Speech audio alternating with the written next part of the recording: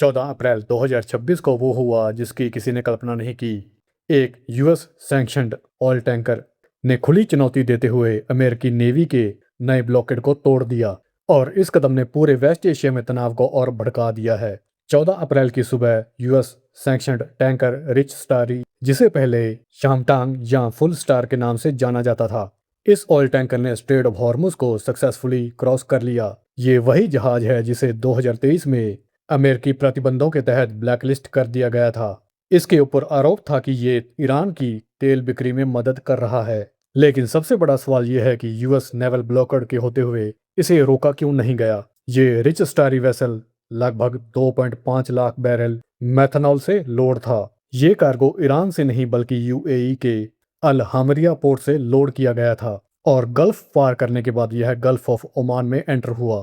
तो ये तकनीकी लूप होल इसे अमेरिकी ब्लॉकेड के दायरे से बाहर ले गया, क्योंकि इस यूएस ब्लॉकेड का फोकस सिर्फ ईरान बाउंड या ईरान ओरिजिन जहाजों पर है।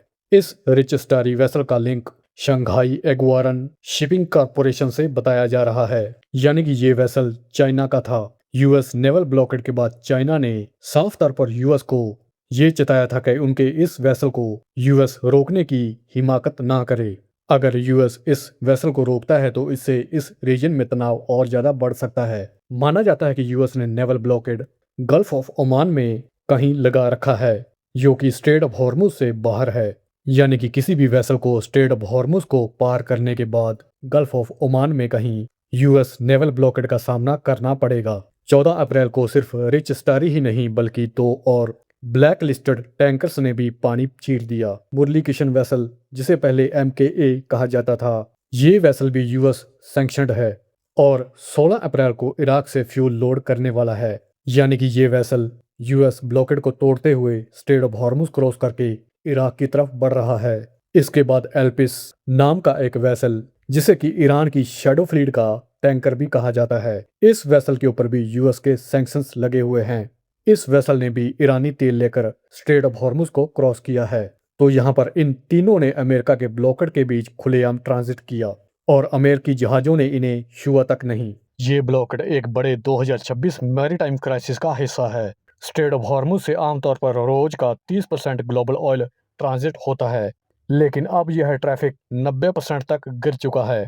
एक तरफ अमेरिकी राष्ट्रपति डोनाल्ड ट्रंप, जिसने कि इस ब्लॉकेड की घोषणा इसलिए की थी क्योंकि इस्लामाबाद में ईरान यूएस शांति वार्ता फेल हो गई, और दूसरी तरफ ईरान धमकी दे चुका है कि सिर्फ चीन और फ्रेंडली कंट्रीज के जहाज ही इस स्ट्रेट से गुजरेंगे। यानी ये स्ट्रेट अब सीधा यूएस और ईरान का समुद्री युद्ध क्षेत्र बन चुका है। सबसे बड़ा सवाल ये है कि जब ब्लैक लिस्टेड टैंकर्स ही ब्लॉकेड की धज्जियां उड़ा रहे हैं, तो क्या अमेरिका का यह स्ट्रेटेजिक कदम सफल कहा जा सकता है, या ईरान और उसके पार्टनर्स ने एक बार फिर अमेरिका के इन प्रतिबंधों का लूपहोल ढूंढ लिया है।